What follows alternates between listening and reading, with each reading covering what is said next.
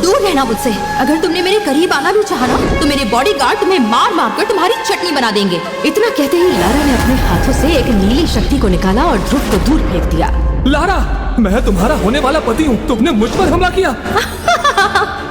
पति? काहे का पति? तुम पहले खुद को देखो और फिर मुझे। जिस दिन तुम्हारी शक्तियों ने तुम्हारा साथ छोड़ा उसी दिन से तुम मुझसे दूर हो गए ध्रुव। मार्कस, पृथ्वी से अलग एक ऐसी खूबसूरत दुनिया जहाँ के लोगों के पास जादू तो नहीं लेकिन उससे भी बढ़कर शक्तियों का खजाना था, जिसके जरिए यहाँ हर कोई मार्कस पर अपनी हुकूमत चाहता था। यहाँ जो सबसे शक्तिशाली होता था वो कानून बनाता था और कमजोरों को उस कानून को मानना पड़ता था। मार्कस पर ओहान साम्राज्य सबसे मशहूर और ताकतवर था, जहाँ शौर्य दल के लीडर का बेटा ध्रुव सिर्फ 11 साल की उम्र में सबसे शक्तिशाली योद्धा बन गया था। लेकिन पिछले 3 साल से उसकी शक्तियाँ कहीं खोती जा रही थी, जिस वक्त से हर कोई उसे बेकार और नकारा समझने लगा। यहाँ तक कि उसकी मंगेतर लारा ने भी उसका साथ छोड़ दिया था। लारा भरी सभा में ध्रुव को बेइज्जत करते करते उसके खानदान तक पहुँच गई और ध्रुव के पिता अरेंद्र को देखकर बोली, महाराज अरेंद्र, क्या यही है वो आपका पराक्रमी बेटा? क्या यही है वो चमत्कारी बच्चा जिसकी तारीफें करते आप थकते नहीं थे? लेकिन अफसोस महाराज, मुझे तो ये किसी भी तरह से आपका बेटा नहीं लगता।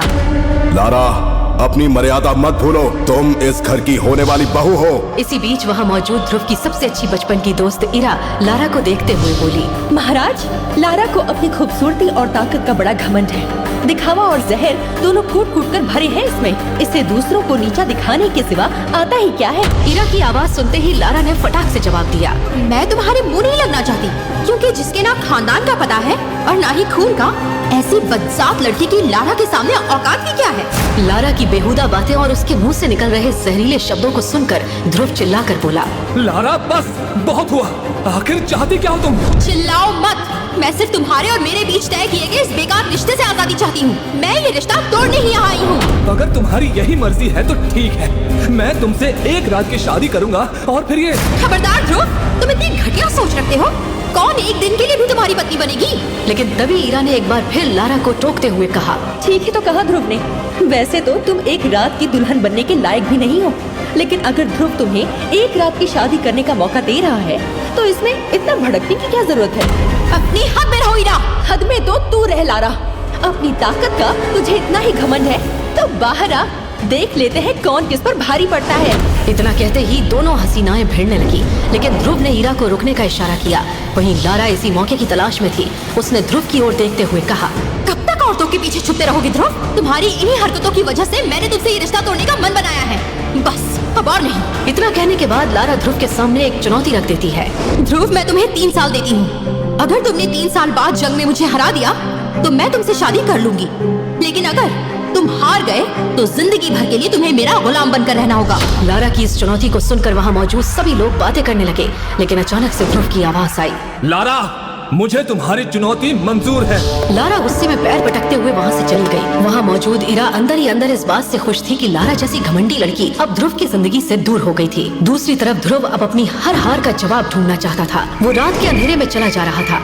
उसकी आंखों में आंसू, दिल में गुस्सा और दिमाग में सवाल थे। तभी उसके कदम एक कब्रिस्तान के बाहर आकर रुक गए। कब्रिस्तान में पहुंचकर वो एक कब्र के पास जाकर बैठ गया और तभी कुछ अजीब घटने लगा। अचानक ध्रुव की अंगूठी से एक रोशनी निकली और एक साया उभरने लगा। ध्रुव ने हैरानी से देखा। वो साया धीरे धीरे आकार लेने लगा और एक बुजुर्ग की तरह दिखने लगा। उसे देखकर ध्रुव घबरा गया। कौन हो तुम?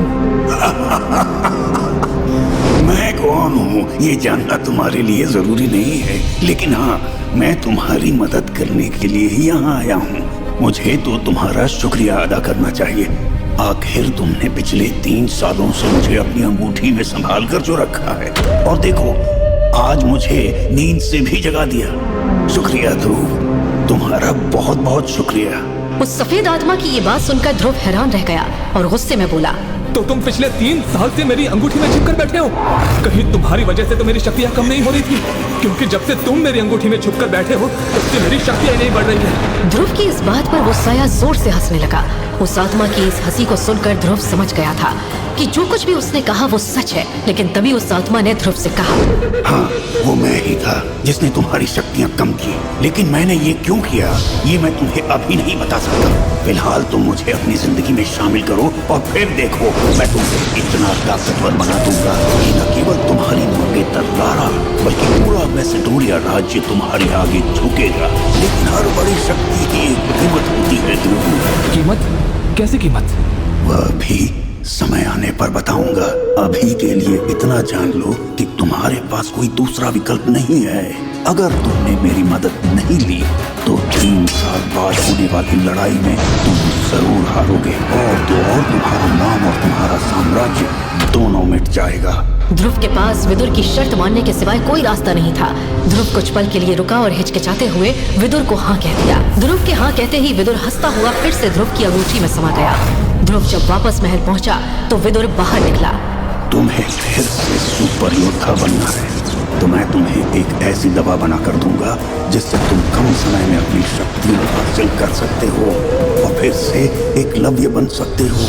लेकिन उसके लिए तुम्हें चाहिए एक ऐसा फूल जो मिलेगा सिर्फ अबाबा शहर में। इस शहर के साथ ही एक तिलस्मी जंगल है जिसमें एक गुफा है और उसी गुफा में है वो तिलस्मी फूल। लेकिन ध्यान रहे, गुफा में तुम्हें कुछ ऐसा मिलेगा जिसके सामने तुम्हें अपने हथियार भी डालने पड़ सकते हैं। लेकिन ध्रुव के दिमाग में इस समय सिर्फ एक ही फितूर सवार था और वो था अपनी खोई शक्तियों को हासिल करना। ध्रुव किसी बात की परवाह किए बिना विदुर की मदद से अबाबा पहुंच गया था। अबाबा पहुंचने पर ध्रुव का सामना कुछ योद्धाओं से हुआ।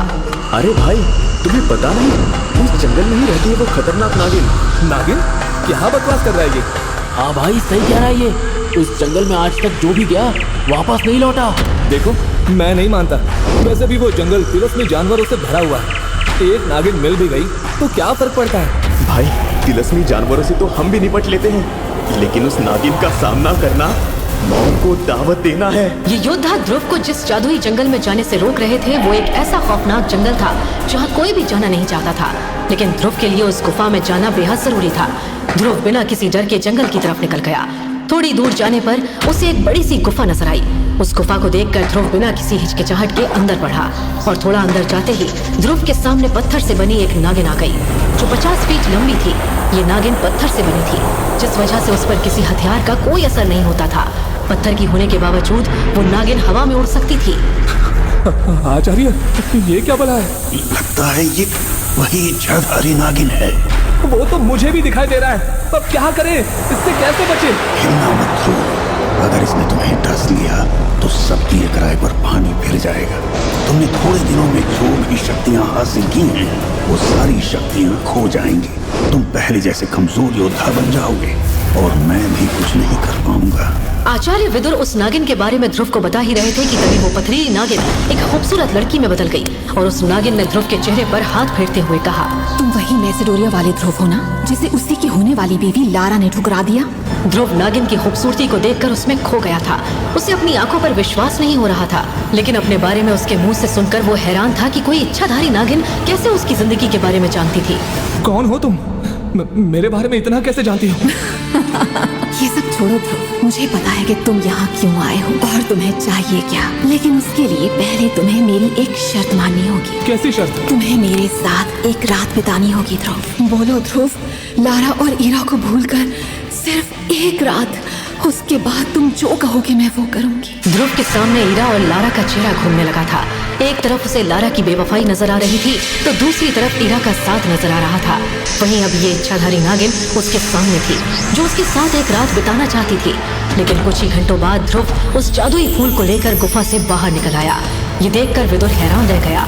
ये तुमने कैसे किया ध्रुव? आप ये फूल लीजिए और जल्दी से मुझे जादुई दवाई बनाकर दीजिए आचार्य। 3 साल बाद मुझे लारा से भी मुकाबला करना है। इतना कहते ही विदुर और ध्रुव वापस महल लौट आए और देखते ही देखते विदुर ने ध्रुव को एक ऐसी जादुई दवा बनाकर दी जिसे पीते ही ध्रुव दर्द के मारे जोर जोर से चिल्लाने लगा।